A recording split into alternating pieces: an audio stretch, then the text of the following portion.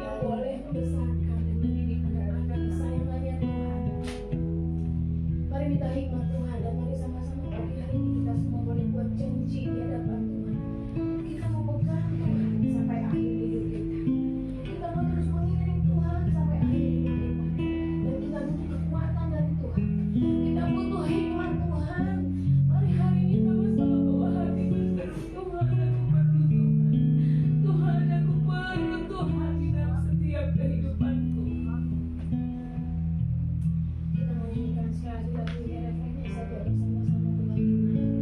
Dengan kesemua hati dengan rasa bersyukur minta sama Tuhan untuk datang sekali Yesus, tetapi Yesus dan harapan kita tidak akan hilang.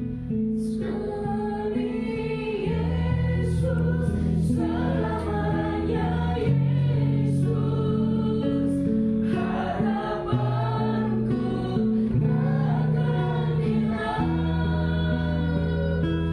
Karena kasih-Nya sekarang ku ada. Oh Yesusku, ku cinta Kau. Anak SD yang kita ini sekali SD suara sama selamanya dan harapanku tak akan hilang. Harapanku tak akan hilang.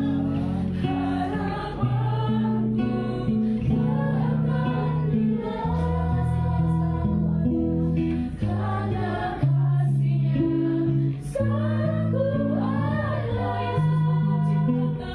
Oh Yesusku, ku cinta Kau. Anak SMP menyambutnya, katakan dari hatimu sekali Yesus, selamanya. Anak SMP bangkitkan imanmu dan percayamu. Harapanku takkan hilang. Karena kasih-Nya sekarang ku ada. Ku cinta Kau. Mari kita guru-guru angkat kaki kita. Sekali Yesus, selamanya Yesus, harapanku takkan hilang. Karena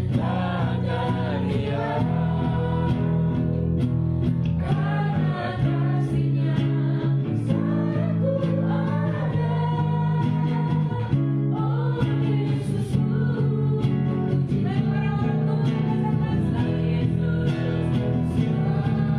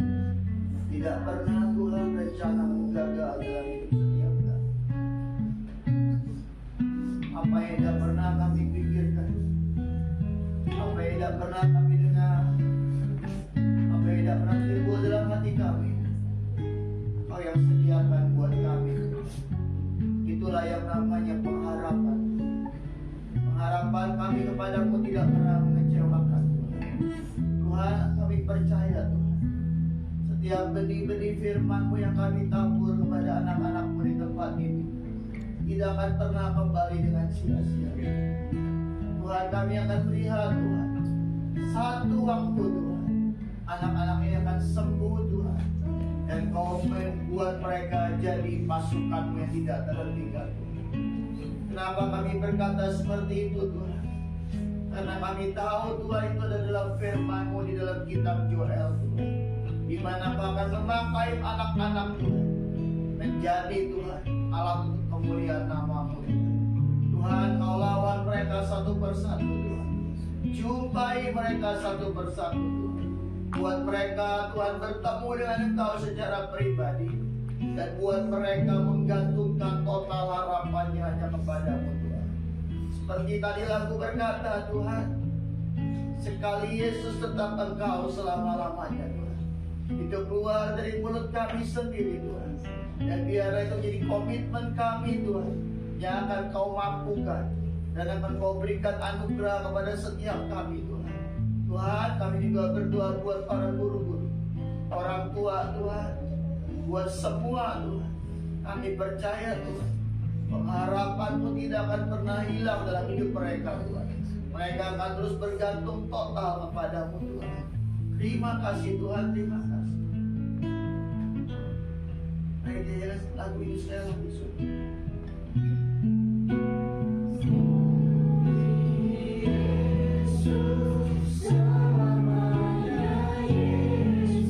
Anak-anakmu ini Tuhan, anak-anakmu yang tidak akan pernah Kau tinggalkan barang satu kali pun Tuhan.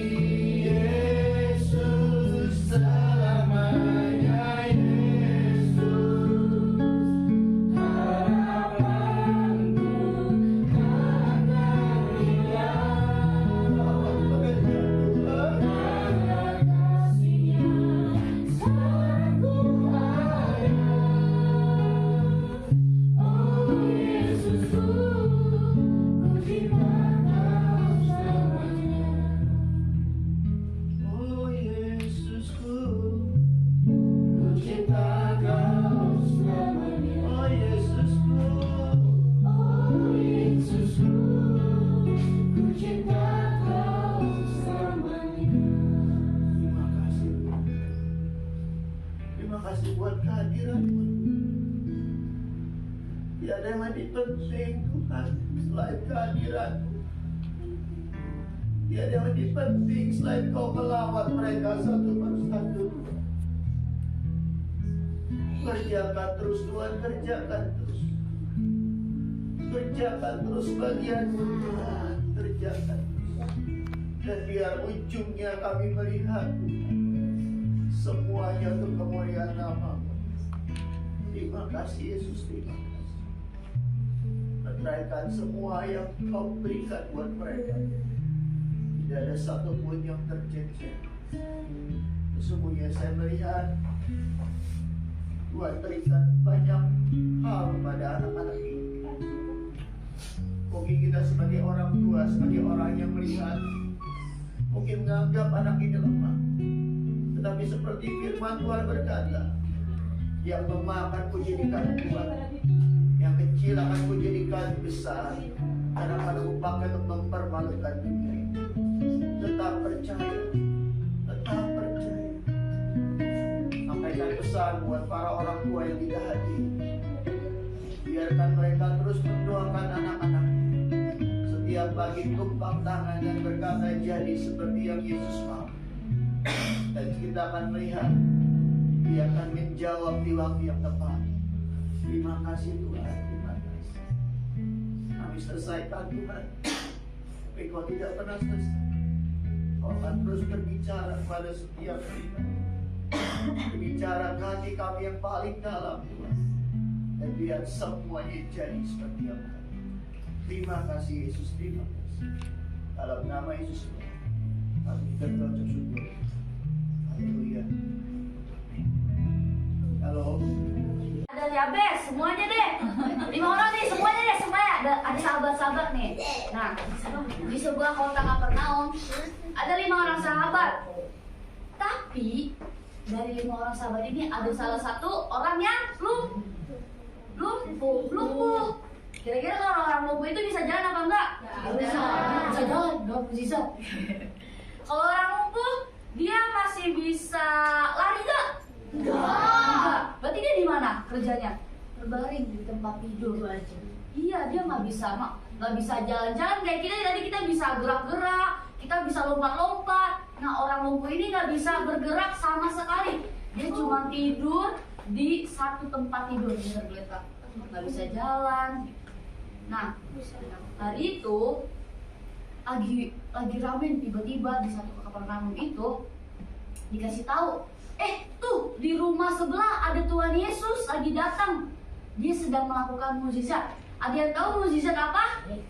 Mukjizat itu, iya, keren banget ya, Bes. 100 juga deh buat ya, Bes. Oke, tuh dicatat, keren kan? Nah, mukjizat itu mengalami kesembuhan. Ada sesuatu kayak acara kesembuhan gitu. Tuhan Yesus menyembuhkan orang-orang sakit. Nah, di tempat itu, di rumah itu, tahu gak sih? Di situ tempatnya ramai banyak orang. Kayak kita, siapa yang kalau mau ketemu Tuhan Yesus tuh seneng banget? Saya. Benar. Siapa yang mau ketemu Tuhan Yesus tuh rasanya bahagia banget. Kayak udah gak sabaran mau ketemu Tuhan Yesus. Nah, begitu juga orang-orang di Kapernaum waktu itu. Ada satu rumah, orangnya banyak banget. Lebih dari orang-orang di tempat ini. Kayak mobil. Kayak mobil macet. Iya, kayak mobil macet, bener kata Yabes. Rame banget. Mau jalan gini, aduh nggak bisa kesini. Aduh mau bisa, aduh geser. Nggak bisa, geser. Nggak bisa ngeliat karena banyak orang. Iya, banyak banget orang di sana. Nah, di rumah itu Nggak bisa kelihatan. iya nggak bisa kelihatan. Nah, akhirnya tahu gak adik? 5 dari keempat orang sahabat ini dia tahu, kan teman kita lagi lumpuh. Kenapa kita nggak bawa aja dia ke Tuhan Yesus? Siapa tahu Tuhan bisa menyembuhkan. Kira-kira Tuhan Yesus bisa menyembuhkan apa enggak? Bisa. Beneran? Yakin? Oh iya, selanjutnya ceritanya adalah akhirnya orang keempat sahabat ini bawa bopong-bopong orang sakitnya, orang lumpuhnya temennya yang lumpuh, bopong-bopong pakai kasur ya. Nah, kan di tempat rumah itu ramai banget. Terus mereka bingung, gimana nih cara masuknya? Gimana nih cara buat bawa si orang sakit ini ke dalam rumah itu? Sedangkan rumah itu penuh banyak orang, gak bisa masuk. Mau tahu apa yang dilakukan? Coba, gimana coba? Lu nyiram dari atas. Wah, keren banget sih, Wilbert. Pakai tali. Iya, pakai tali. Nah, itu akhirnya keempat orang sahabat ini, dia naik ke atas rumah. Tinggi banget gak sih atas rumah? Tinggi banget sih. Tinggi banget, Kak. Nah, mereka keempat orang ini bawa orang sakit ke atas atap rumah. Akhirnya iya, mereka ngangkat tuh tilamnya, angkat mereka angkat. Iya, terus akhirnya tahu gak? Mereka membongkar rumahnya. Bongkar rumah itu, atap rumahnya dibongkar. Ayo kita bongkar rumah itu. Terus, iya, atap rumahnya nih, genteng rumahnya dibuka. Biar apa? Biar iya, dihancurin ya. Diangkat dulu gentengnya satu-satu. Baru biar apa? Biar orang sakitnya bisa masuk ke depan Tuhan Yesus. Keren banget gak sih teman-temannya? Keren banget gak sih? Nah, akhirnya kalian tahu gak? Setelah mereka membongkar atap rumahnya, orang sakitnya diturunin pelan-pelan sama teman-temannya. Jangan sampai jatuh. Iya, kalau jatuh nanti makin sakit dia. Nah, akhirnya teman-temannya pelan-pelan dari atap rumah turunin ke depan Tuhan Yesus. Terus, kira-kira nih, orang lumpuhnya kan udah di depan Tuhan Yesus. Tuhan Yesus mau menyembuhkan nggak? Ya. Terus, tahu nggak? Pas orang sakit ini sampai di depan Tuhan Yesus cuma bilang begini, imanmu telah menyelamatkanmu, bangunlah dan angkatlah tilammu. Tilam itu tempat kasur yang dia bobok, tempat kasur dia nggak bisa ngapain. Tuhan Yesus cuma bilang, bangunlah, angkatlah tilammu. Akhirnya Yang terjadi apa? Gak bisa, orang lumpuhnya berjalan. Tepuk-tepuk tangan dulu. Kira-kira Tuhan ini keren banget gak sih? Bisa keren banget. Keren banget. Kira-kira orang lumpuhnya sekarang udah bahagia gak sih sembuhkan Tuhan Yesus? Udah. Nah, teman-temannya juga 4 orang sahabatnya ini senang karena Tuhan Yesus telah menyembuhkan temennya yang satu ini yang lumpuh berjalan. Tuhan Yesus tuh keren banget. Orang yang gak bisa berjalan tiba-tiba bisa berjalan. Nah, hari ini kita mau sama-sama belajar dari sahabat-sahabatnya. Kenapa? Waktu teman kita susah, waktu teman-teman kita lagi sedih, waktu teman-teman kita lagi marah-marah mulu kerjaannya, kita harus menguatkan dia. Lagi kecil, aduh, lagi benci, lagi sakit hati, lagi marah-marah, lagi marah-marah. Pokoknya hatinya nggak enak deh, lagi kesel. Nah, marah-marah. Sebagai seorang sahabat, kita harus mendukung. Kira-kira, aku mau tanya nih, kakak mau tanya. Kalau seorang sahabat, misalkan nih Parker nih sama Lorenzo nih, sahabatan nih. Kalau Lorenzo lagi marah-marah, misalnya Lorenzo lagi sedih, Parker boleh gak ngeledekin Lorenzo? Gak boleh. Harusnya diapain dong kalau Lorenzo lagi sedih? Bisa main. Ajak main. Misalkan Nathan nih lagi sakit, terus tiba-tiba Wilbert datang. Kira-kira boleh gak Wilbert ngatain dia kamu sakit ya, boleh gak? Gak boleh. Tapi bagus. Harusnya diapain kalau Nathan lagi sakit? Didoain, dikasih kekuatan biar Nathan cepat sembuh. Nah, kita harus jadi saudara. Ayo ngapain dia, ayo. Nah, kita harus jadi seperti seorang sahabat. Ini kan pentingnya sahabat. Misalkan kamu siapa namanya? Reni lagi kesusahan. Kira-kira Darren mau bantu Reni gak? Enggak. Tadi aja teman-teman orang lumpuh itu kenapa? Dia istirahat dulu. Misalkan jangan kesusahan deh, misalkan Reni lagi sedih nih gara-gara nilai yang jelek. Darren mau kasih support Reni gak? Enggak. Ya ampun. Harus support. Coba bagus. Nah, aduh kata adik-adiknya. Nah, kita tuh harus belajar dari tadi yang aku bilang dari kelima orang sahabat ini. Kakak, Ya, tadi aku pas lagi belajar kalau lagi nggak bisa aku ajarin. wih, bagus. Nah, kalau temennya nggak bisa, masih tetap dibantuin. bagus. Harus bantuin temennya kalau lagi susah. Belajar dari 5 orang sahabat itu. Yang 5 orang sahabat ini temennya lumpuh aja, dia bantuin. Dia bantuin loh sampai akhirnya temennya sembuh yang tadinya lumpuh. Ting. Oke. Hari ini kakak mau bagiin satu ayat dari kenapa sih kita harus mengasihi teman kita. Nih kakak sebutin ayatnya. Nanti kalian ikutin ya. Boleh? Boleh. Oke. Galatia 6 ayat 10.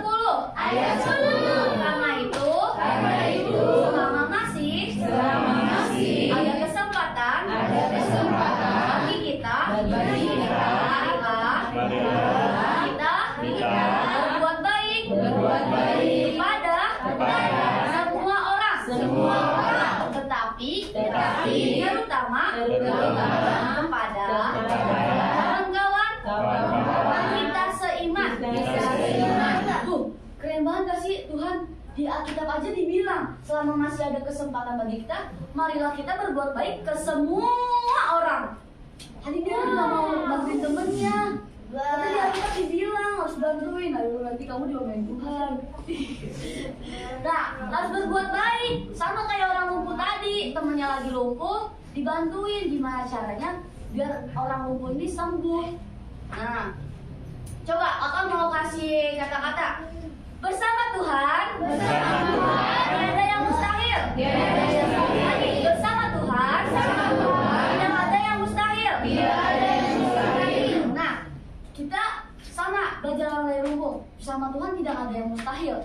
Contoh, kira-kira, aduh, hari ini aku lagi sedih banget nih gara-gara tadi mama lupa kasih aku sarapan. Padahal aku udah lapar banget, mau belajar, harus mikir. Aduh, aku sedih banget. Nah, tapi sampai sekolah jadi sama temen-temennya gamut, jadi marah-marah. Apa sih kamu? Jangan sentuh-sentuh aku lagi nggak mau diganggu. Terus tiba-tiba Parker datang, bilang, kamu nggak boleh sedih-sedih, nanti Tuhan Yesus marah. Nah, kita boleh gak sih? Apa sih Tuhan Yesus bilang? Boleh nggak ngomel-ngomel? Nggak boleh. Harus apa? Terus bahagia. Yang tadinya marah-marah jadi apa? Harus sukacita. Tadi kan bilang bersama Tuhan Yesus tidak ada yang mustahil. Yang mungkin tadi nih, mungkin pelajaran yang susah apa? Coba. Matematika. Aduh. Bahasa Indonesia susah. Apalagi belajar. Ingat. Nah, walaupun kita belajar nih, walaupun pelajarannya susah matematika, ingat bersama Tuhan Yesus tidak ada yang mustahil. Setiap pagi minta apa? Kepintaran sama Tuhan. Siapa yang di sini kalau sebelum berangkat sekolah berdoa? Enggak. Oke, kita bikin perjanjian dulu. Kamu juga. Kamu juga. Oke, udah. Nah, siapa sini janji ya mulai besok nanti mama papa dengar nih, guru-guru di sini Miss Nisha dengar. Pokoknya setiap hari sebelum berangkat sekolah harus berdoa. Berdoa apa? Minta kepintaran, minta hikmah. Biar apa? Biar belajarnya lancar. Biar jadi anak-anak yang hebat. Makanya sebelum sekolah harus berdoa. Benar ya, berdoa ya. Janji ya. Ini ada mama papanya loh. Nanti mama papanya lihat nih. Nih Parker belum berdoa nih. Nanti lihat aja nih besok doanya double ya. Gitu. Oke? Nah, hari ini kakak mau kasih tahu tadi kita sebagai anak-anak Tuhan yang udah percaya nih sama Tuhan Yesus, masih mau ketemu sama Tuhan, masih sayang sama Tuhan Yesus, kita harus memberikan kasih kepada teman kita. Kalau temennya susah harus disupport, harus didukung. Kalau temennya sedih harus dikasih suka kita. Di dalam segala keadaan apapun, Tuhan juga yang memberi kekuatan. Bahkan kita juga harus sebagai bantuan Tuhan, kasih support ke teman-teman kita. Nah, akhirnya orang lumpuh itu pulang. Setelah orang lumpuh itu pulang, dia memuliakan Allah, dia memuliakan Tuhan Yesus. Dia masih tos-tosan. Memuliakan Tuhan Yesus. Akhirnya dia percaya sama Tuhan Yesus. Sama kayak kita. Walaupun kelihatannya matematika susah nih, walaupun kelihatannya, Tuhan Yesus, aku nggak bisa nih. Besok aku harus, misalkan aku harus pimpin doa di kelas. Aduh, aku nggak bisa Tuhan Yesus, aku nggak bisa tidur 3 malam 3 hari. Aku nggak bisa makan, aku nggak bisa minum. Gara-gara disuruh doa di kelas. Nah, ingat kan katanya, ingat kisah dari seorang lumpuh ini. Sekalipun kita melihat, nggak akan mungkin nih, mustahil banget Tuhan. Tapi ingat, bersama Tuhan Yesus semuanya akan menjadi mustahil. Ada lagu Yesus mendengar lebih dari yang kudoakan. Nah, akhirnya dengan caranya dia bukan melihat, dia jadikan semua. Tuh, lagunya aja sampai ada loh. Ayat Alkitabnya ada, lagunya ada. Apa yang mustahil bagi kita, itu tidak ada yang mustahil bagi Tuhan. Siapa yang mulai hari ini mau mengasihi temannya? Nggak ada nih, nggak ada yang mau ngasih temannya. Siapa yang mau menyayangi temannya? Yakin? Benar? Benar. Oke, yuk semuanya coba pegang tangan kanannya di hati. Pegang tangannya di hati. Tutup matanya. Kalau misalkan mau mengasihi temennya, mengasihi Tuhan Yesus, nggak ada lagi nih yang colek-colek temennya, nggak ada lagi yang nyontek. Iya, nggak boleh nyontek nih. Coba yuk tutup matanya, pegang tangannya di hati. Ikutin kakak ya. Tuhan Yesus, kami berdoa. Dan hari ini Tuhan memimpin hati kami. Kami memiliki hati yang mengasihi, hati yang menyayangi. pada teman, pada keluarga, di sekitar kami. Tuhan, kami tahu Engkau juga seorang sahabat yang gak akan tinggalin kami. Tuhan Yesus, pimpin hati kami ya Tuhan. Mari Engkau berjalan bersama kami. Biar setiap firman yang kami dengarkan itu bisa menjadi rema, bahkan kekuatan buat kami. Terima kasih Tuhan Yesus. Dalam nama Tuhan Yesus kami percaya dan berdoa. Haleluya. Amin.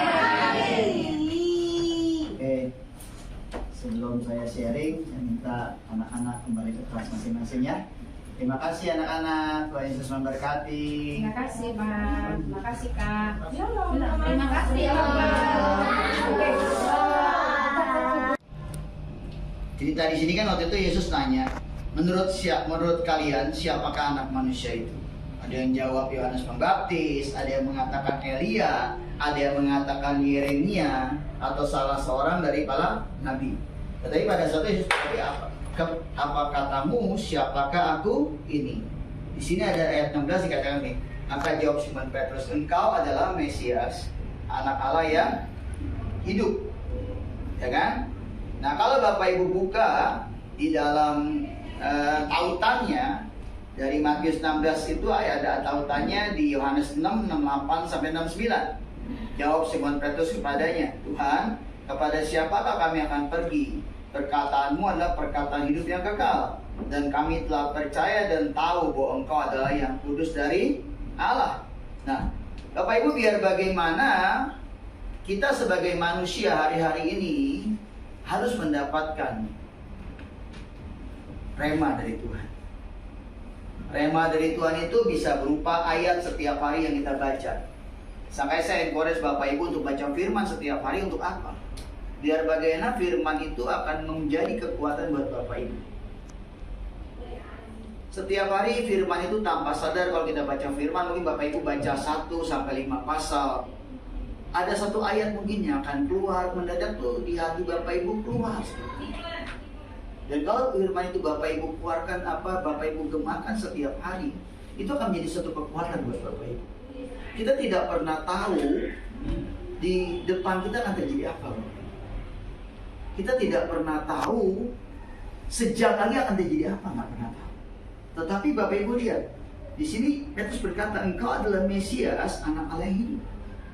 Bagaimana mungkin seorang Petrus yang sedang berjalan sama Tuhan, Bapak Ibu? Ya Bapak Ibu tahu ya, yang namanya Petrus sebelum dia masuk ke masa penantian pencurahan Roh Kudus, dia adalah seorang yang takut, Bapak Ibu. Penyangkal, takut. Tapi kenapa yang namanya dia bisa mengatakan seperti itu?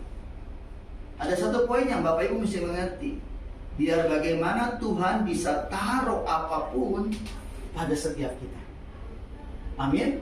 Jadi jangan pernah menyepelekan hal-hal yang mungkin kita butuh jawaban. Mungkin kita butuh sesuatu hal yang menjawab doa kita kepada Tuhan. Mungkin ada anak-anak kita akan menjawab. Amin. Ada anak kita menjawab. Biar bagaimana anak-anak bisa dipakai sama Tuhan. Amin. Bahkan Tuhan bisa memakai keledai. Kalau Bapak Ibu baca Alkitab, dia memberitahukan Nabi Bileam, betul? Bileam itu Nabi, Bapak Ibu. Tetapi kenapa Tuhan bisa izinkan keledai untuk bicara sama Bileam? Tuhan cuma pengen ngomong sama Bileam gini, hey Bileam, jabatan Nabi itu tuh gak ada apa-apanya. Kita semua di mata Tuhan sama. Mau pengkhotbah, mau biasa segala macam, nggak ada arti. Tapi di sini itu. Dan apa kata Yesus? Berbahagialah engkau Simon bin Yunus, sebab bukan manusia yang menyatakan itu kepadamu, melainkan Bapakku yang di surga. Berarti apa? Tuhan memberikan satu rema. Berarti Petrus tidak bisa ngomong apa-apa, tetapi Tuhan langsung taruh rema. Dan Yesus langsung nyambat dan berkata, "Berbahagialah engkau Simon bin Yunus." Dia sebut namanya dengan nama Simon. Memang nama dia pertama kali Simon, betul? Tetapi lihat ayat 18. "Dan aku pun berkata kepadamu, engkau adalah Petrus." Disitulah saat yang namanya Simon bin Yunus menerima perjanjian batu karang dengan Yesus. Prosesnya bagaimana? Pada saat Simon Petrus punya kerinduan dan mendadak Tuhan kasih truk, jawabannya kena di hati Tuhan dan Tuhan berkata, "Yes." Tuhan terkesima dan Tuhan menyambar, "Hei, bukan engkau yang mengatakan, tetapi Bapakku yang di surga." Bapak Ibu lihat, dan di atas batu karang ini aku akan mendirikan jemaatku dan alam maut tidak akan menguasainya. Bagi Bapak Ibu, saya mau berkata buat Bapak Ibu, nanti kalau Bapak Ibu dapat kesempatan buat ke Israel, Bapak Ibu akan melihat batu karang di sana.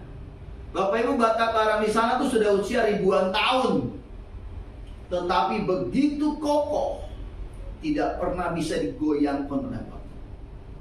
Itulah pengertian batu karang.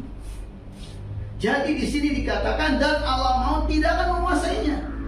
Kenapa Tuhan berkata pada saat dia datang ke dunia, dia akan membawa orang yang dalam jurang kematian. Kematian itu bukan berarti kematian fisik, tapi kematian mungkin kematian pengharapan, kematian masa depan, kematian segala-galanya. Tapi pada saat kita kenal dengan Tuhan, Tuhan akan memindahkan kita kepada kematian, kepada kehidupannya kekal. Di sini dikatakan kepadamu akan kuberikan kunci kerajaan surga. Saya sudah ngomong berkali-kali, standar kita ikut sama Tuhan bukan standar dunia. Standar ikut Tuhan itu bukan bicara tentang kekayaan di dunia. Pak, kalau gitu kita nggak boleh kaya. Bukan itu pengertiannya. Pengertiannya kita itu kaya di surga dan kaya di bumi. Kalau Bapak Ibu melakukan pekerjaan Tuhan, percaya kata-kata saya, Bapak Ibu tidak akan pernah meminta-minta. Karena itu firman. Firman tidak pernah gagal Bapak Ibu, sampai hari ini, bahkan sampai selama-lamanya. Tadi pada saat kita sedang nyanyi, saya baru datang ke sini tadi Bapak Ibu ya. Mendadak anak-anak itu menghubungi saya. Mendadak gue ngomong sama saya gini, "Nah, mereka anak-anak, layani mereka dengan segenap hati." Jujur saya bilang, "Tuhan, aku percaya." Jadi yang menggerakkan Tuhan bisa hadir itu adalah anak-anak. Bapak Ibu lihat mereka nyanyi dengan mungkin dengan kata-kata yang gak jelas, yang nggak hafal betul, tapi mereka punya suara itu, bukan suara, tapi mereka lagi bicara dengan Bapa di surga. Itu pengertian lebih dalam pada saat Yesus berkata, "Jadilah seperti anak kecil." Artinya datanglah kepada Tuhan dengan hati yang tulus, dengan hati yang penuh dengan kemauan. Saya tuh nggak pernah ngerti Bapak Ibu, Tuhan kapan datang, kapan Tuhan ada, tapi saya bisa rasa. Dan yang paling gampang kalau saya nangis, karena sampai saat apapun saya nggak pernah bisa nangis kalau bukan gara-gara Tuhan. Di sini dikatakan alam maut tidak akan menguasai. Pak, bagaimana dengan kematian di fisik? Ya, kita harus mati. Nggak ada orang yang nggak mati. Kita mati itu cuma dikubur selesai. Tapi itu fisik, jasad kita yang sudah tidak ada artinya. Kenapa saya bilang tidak ada artinya? Kita naik roh kita. Nanti pada saat Tuhan datang kedua kalinya, kita akan mengenakan tubuh baru. Tubuh kita yang lama itu tubuh yang kotor, tapi tubuh kita yang baru ada tubuh yang penuh dengan kemuliaan. Amin. Di sini dikatakan kepadamu akan kuberikan kunci kerajaan surga. Apa yang kau ikat di dunia akan terikat di surga, dan apa yang kau lepaskan di dunia akan lepas di surga. Caranya bagaimana Bapak Ibu? Setiap hari Bapak Ibu saat teduh. Pak, dasar firman dari mana saat teduh? Ya, ada.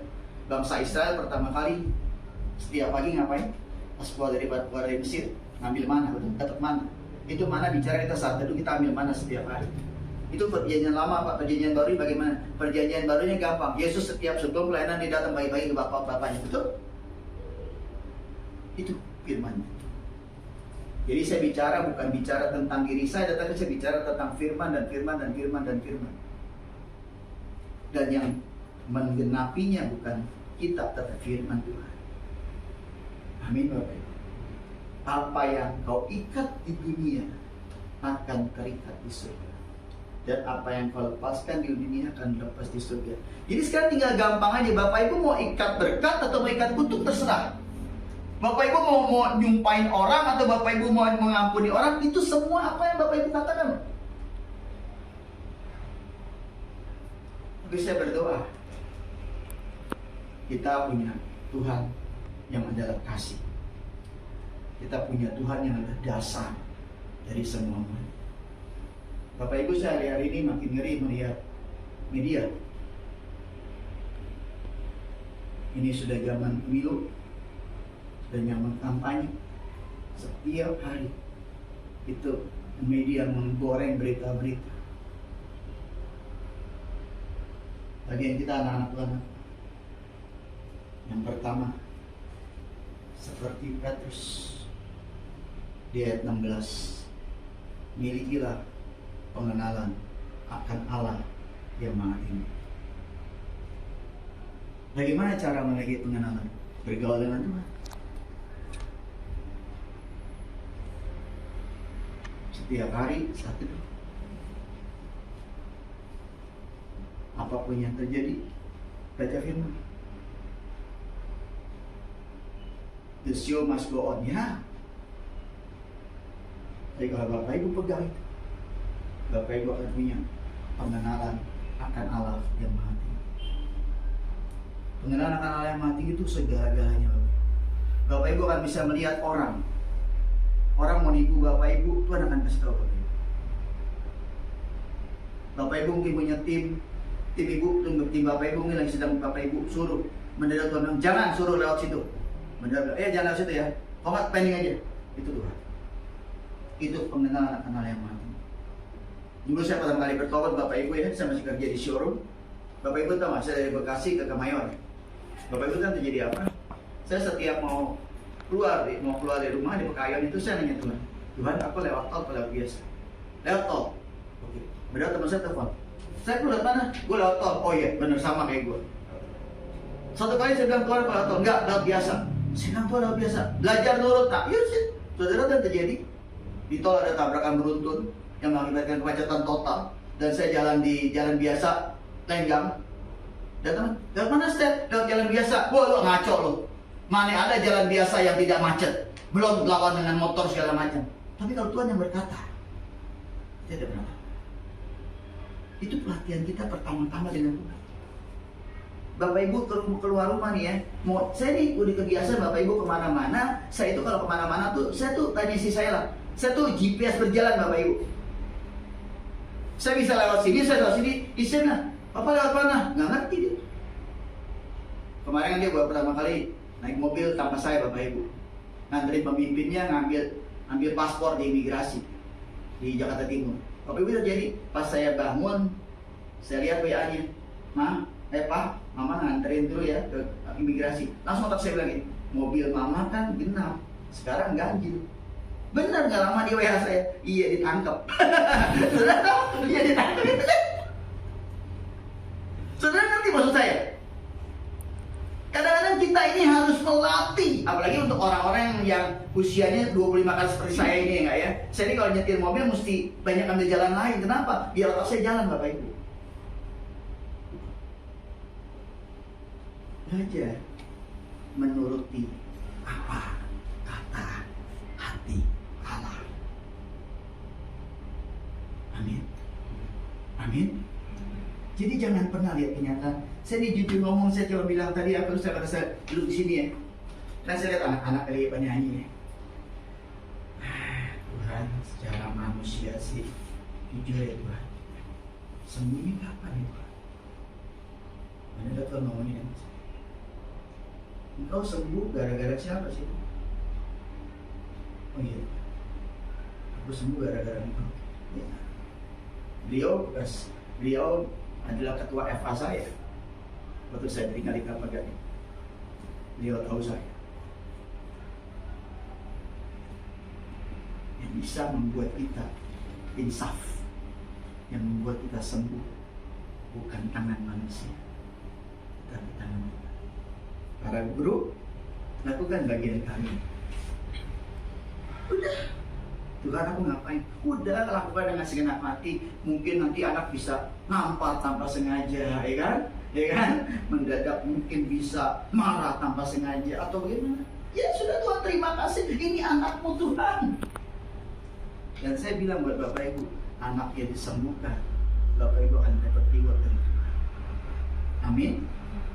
Di sini dikatakan lagi, Yesus kenapa berkata, berbahagialah engkau Simon bin Yunus, sebab bukan manusia yang menyatakan itu kepadamu, melainkan Bapa di surga. Artinya apa? Pada saat kita mengalami perjumpaan pengalaman dengan Allah, membiasakan diri bergaul dengan Allah untuk mendapatkan pengenalan, kita akan mendapatkan rema dari Tuhan. Rema itu yang paling penting. Alkitab kalau Bapak Ibu baca saat dari Kejadian sampai Wahyu, semuanya masih logos. Tapi pada saat Bapak Ibu baca dan ada sesuatu yang menyambar hati Bapak Ibu dan membuat Bapak Ibu mungkin lagi baca firman, mendadak nangis, mendadak berkata, ini aku Tuhan, itu aku Tuhan, itu aku bertapa, aku berdosanya Tuhan. Mendadak tertimbul roh pertobatan. Itu yang namanya rema. Saya ngomong berkali-kali ya, Tuhan itu punya sifat forgive dan forget. Artinya apa? Dia akan mengampuni kesalahan kita dan melupakan kesalahan kita. Amin. Tetapi yang namanya Tuhan ingin kita terus bergaul dengan dia, sampai saudara menjadi seperti Henokh. Hidupnya sepenuhnya di dalam tangan Tuhan. Saya punya kakek namanya Pak Yusuf Cipto. Orang yang menurut saya hidupnya diambil tangan Tuhan. 12 tahun, umur 12 tahun masih kelas 1 SD, nggak bisa baca, nggak bisa apa. Ditinggal sama pembantu, dirawat sama pembantu. Suatu waktu pada saat dia ketemu dengan Tuhan, dia ngomong gini sama Tuhan, Tuhan kenapa sih aku jadi anak pembantu? Tuhan bilang gini, kalau engkau tidak dipiara pembantu, aku tidak akan menemui engkau. Artinya apa? Tuhan tuh sengaja nyari orang-orang yang kelihatannya lemah. Karena Tuhan adalah gunung batu. Yang lemah akan menjadi kuat. Yang kecil akan Tuhan jadikan bangsa yang besar. Amin. Bapak Ibu, saya mau berkata buat Bapak Ibu. Kita ngomong kenyataan. Menurut Bapak Ibu bangsa Israel kecil? Kecil. Nggak ada apa-apanya. Tapi kalau Bapak Ibu tahu, bangsa Israel itu menguasai seluruh dunia. Makanya kemarin waktu dia diserang sama Hamas, dia tuh bingung kenapa dia punya dom bisa kena. Bapak itu tahu dom? Dia tuh punya satu, kayak kalau kita ngomong bahasa agama tuh dia punya selaput. Dia tuh punya selaput ya. Jadi musuh datang pun dari kejauhan berapa dia bisa tahu ya? Ada musuh. Ladarnya bunyi. Ini ladarnya nggak bunyi. Dan saya tahu ini pasti Tuhan yang nyari gara-gara. Ya, Pak, kenapa Tuhan jadi gara-gara? Ya Tuhan begitu orangnya. Betul? Ayo Pak jadiin gara-gara apa? Ya Tuhan. Saya mau bilang Bapak Ibu, sadarlah kita ini figuran, betul? Kita ini pemain Yesus Tuhan. Tuhan saudaranya, betul? Betul nggak? Ya udah, itu aja. Kalau saudara lagi mengalami kesusahan, ya Tuhan, aku lagi jadi pelakon, aku lagi orang susah ya Tuhan. Ini susah. Gitu? Kalau misalnya kayak kemarin saya cerita sama saudara teman saya yang biasa dapat untung puluhan juta, ya nggak bisa dapat untung 800.000, cuma dia suka banget sama, bilang aduh Tuhan terima kasih, untung keluarin 800.000. Ya sudah, nikmati. Betul? Itu terjadi. Yang bisa ada di atas dan tetap kekal hanya Tuhan. Bisa nggak manusia dijatuhkan sama Tuhan? Bisa. Karena Tuhan itu sayang sama kita. Pada saat Dia menjatuhkan kita paling dalam, Dia tetap ada bersama dengan kita. Karena Dia adalah Allah Immanuel. Amin. Amin Bapak Ibu. Nah, saya mau berkata buat Bapak Ibu ya. Di sini dikatakan lagi. Yang pertama tadi mengenal yang ilahi, yang kedua mendapatkan rema yang ilahi dari Tuhan. Setelah memiliki pengenalan akan Tuhan. Mari kita buka Mazmur 24 ayat 3 sampai 5.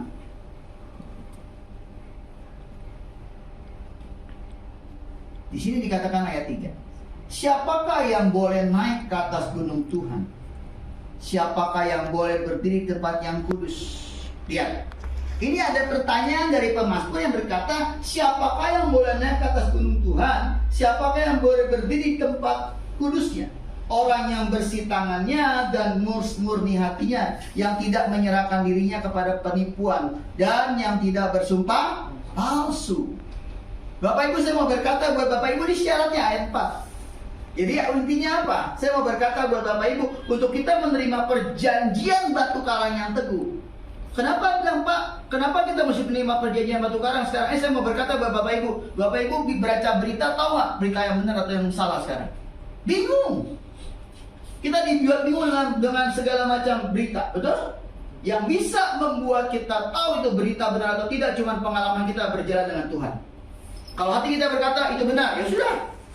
Itu salah, ya sudah. Nah, Bapak Ibu sekarang milih cawapres sama capres, saya bingung. Tiga-tiganya nggak kualifikat menurut saya. Semuanya banyak kekurangan dan kelebihan. Tapi saya mau berkata buat Bapak Ibu, andalkan Tuhan. Dia akan menunjukkan kepada Bapak Ibu apa yang akan terjadi kemudian. Tadi saya baca di Facebook, teman saya punya ilustrasi bagus banget. Hari ini kita akan menghadapi 3 pasangan cawapres dan capres dan cawapres.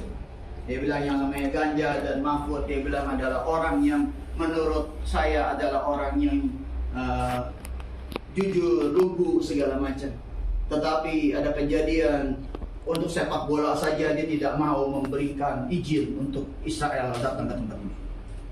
Kemudian dia bilang pasangan yang kedua, Anies dan Imin, dia bilang ya saudara tahu ya bagaimana dia waktu jadi gubernur DKI Jakarta, dia nyuruh banjir hanya dengan perkataan, katanya seperti seakan-akan dia punya mulut berkuasa mengusir banjir, padahal banjir terdatang. Dan itu tidak akan jadi pilihan saya. Oh enggak, ngomong. Kemudian pasangan yang ketiga adalah Prabowo dan Gibran. Dia bilang, ya orang banyak berkata Prabowo itu sudah 3 kali jadi menjalankan jadi capres, di cawapres segala macam, dan orang berkata dia adalah orang tua yang sudah stroke segala macam bla bla bla. Kemudian dengan Gibran yang orang-orang bilang masih muda, naik gara-gara nepotisme, naik gara-gara gini-gini. Tetapi saya melihat ada sesuatu cahaya. Kemudian dilanjutin, dari ketiga pasangan ini dia bilang, saya akan memilih yang mana? Yang pertama saya akan pilih dengan dasar satu, saya percaya apa yang sudah dibangun oleh Pak Jokowi, beliau juga mau diteruskan. Saya juga percaya apa yang sudah Pak Jokowi tanamkan untuk ibu kota Nusantara harus dilanjutkan. Saya percaya apa yang menjadi fundamental Pak Jokowi dengan jalan dibangun banyak segala macam, semuanya Pak Jokowi ingin ekonomi naik, ekonomi menjadi masa kemasan tahun 2045. Saya percaya Jokowi juga memikirkan itu. Nah, saudara-saudara tahu apa jawaban saya sekarang? Saya akan memilih pasangan Prabowo dan Gibran. Wah, saudara tahu yang terjadi? Itu komen banyak banget, saudara. Dan sekali lagi saya mau berkata buat saudara, itulah kita orang Indonesia. Amin. Orang Indonesia kalau tabrakan di sebelah kanan, yang macet sebelah kiri, Bapak. Betul? Ini macet kenapa ya? Macet, tantin. Pas lewat, oh itu ada tabrakan. Kita sendiri turun, kita foto, kita video sekarang, Insta Story. Udah kayak pengatur lalu lintas ya, ada tabrakan di tempat ini, bla bla bla bla bla. Betul? Itulah Indonesia.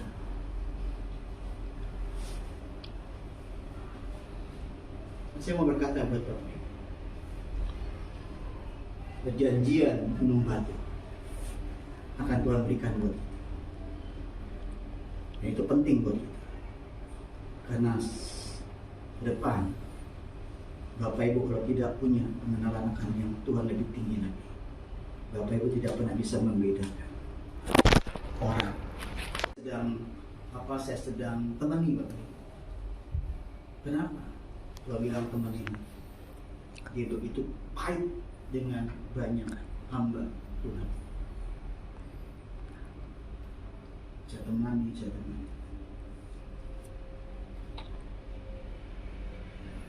Yang tadi Mas Mo dikatakan apa? Orang yang bersih tangannya dan murni hatinya, yang tidak menyerahkan diri kepada penipu.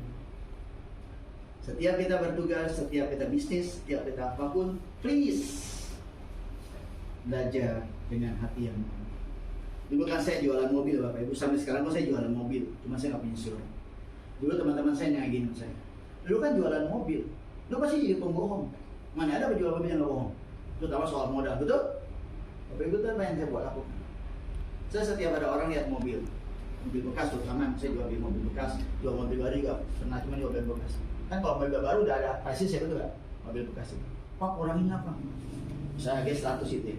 Orang-orang mungkin kan berkata, jangan Pak, modal kita 97, padahal modal 95, gitu kan ya.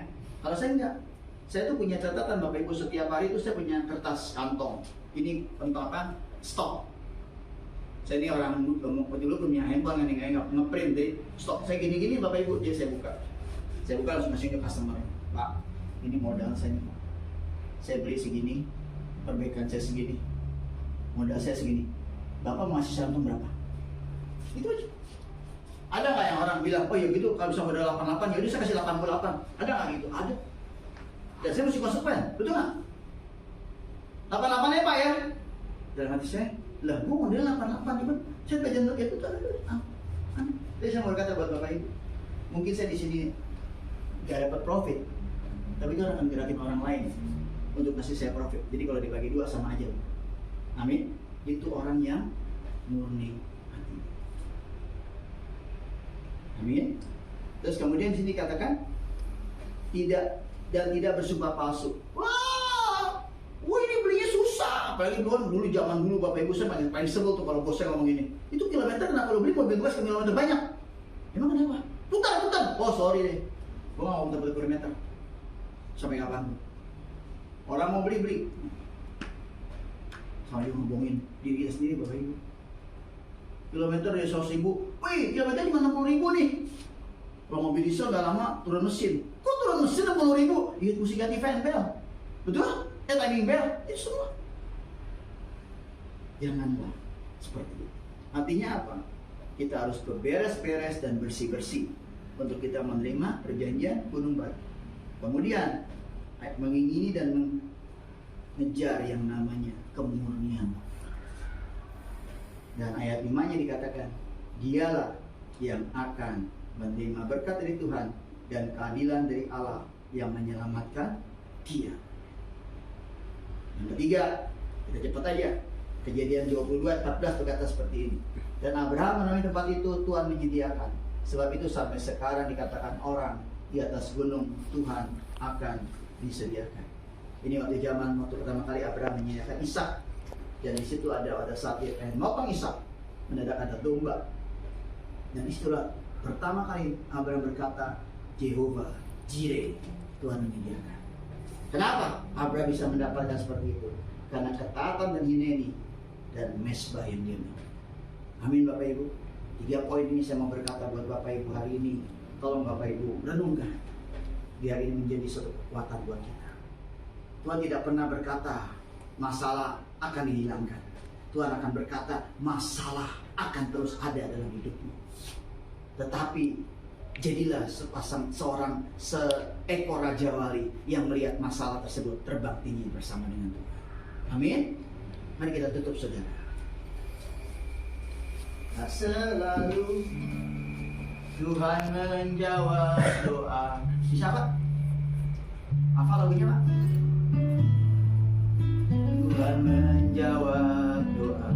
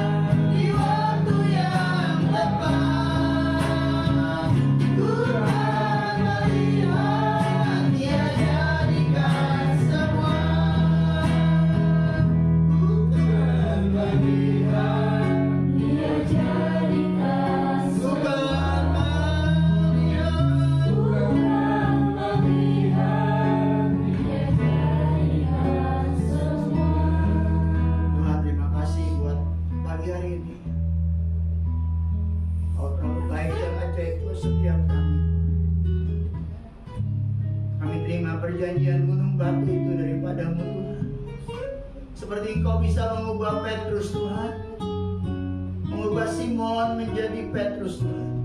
Simon yang Kau katakan bulu yang terkulai itu Kau ubah menjadi batu karang Tuhan. Kami juga percaya Tuhan, kami yang lemah ini akan Kau jadikan orang yang kuat Tuhan. Kami yang kecil yang Kau jadikan bangsa yang besar Tuhan. Seperti Kau jadikan Yusuf menjadi orang kedua di Mesir Tuhan. Kami pun akan Kau terus angkat Tuhan sampai tercapai apa yang Kau tetapkan dalam setiap kami Tuhan. Tuhan, terima kasih buat pagi hari ini. Sekali lagi kami mau berkata terima kasih Tuhan. Kau sungguh baik dan teramat baik buat setiap kami. Tuhan, tilik hati kami, tembusi hati kami. Untuk kami mau Tuhan dibersihkan, untuk kami mau beberes tentang hati kami, sehingga kami benar-benar dimampukan, dilayakkan oleh anugerah-Mu untuk menerima perjanjian gunung batu ini Tuhan. Dan kami percaya Tuhan, semuanya untuk kemuliaan nama-Mu Tuhan. Tuhan, hamba khusus berdoa buat hamba sekolah Pensa Panggel Tuhan. Biar Tuhan Kau beri kekuatan ekstra kepada Pak Heri Bulusi beserta dengan guru-gurunya Tuhan. Juga kepada para orang tua Tuhan. Kami percaya Tuhan, tidak ada satupun yang kebetulan. Tidak ada satupun Tuhan yang tidak Kau perlihatkan keajaiban-Mu Tuhan. Kami akan terus melihat dan melihat dan melihat Tuhan. Pengharapan kami tidak akan pernah putus Tuhan. Kami percaya Tuhan, setiap anak-anak yang kami didik, mereka akan jadi seperti yang Kau mau Tuhan. Berikan berkat-Mu yang terbaik Tuhan untuk Pak Heri, Bulusi dan seluruh guru-guru. Buat juga orang tuanya terbuka seluruh pintu-pintu kesempatan. Dan biarkan Tuhan itu untuk alat kami terus berjalan, bergerak, terbang bersama dengan Engkau Tuhan. Terima kasih buat semuanya Tuhan. Di dalam nama Tuhan Yesus kami berdoa.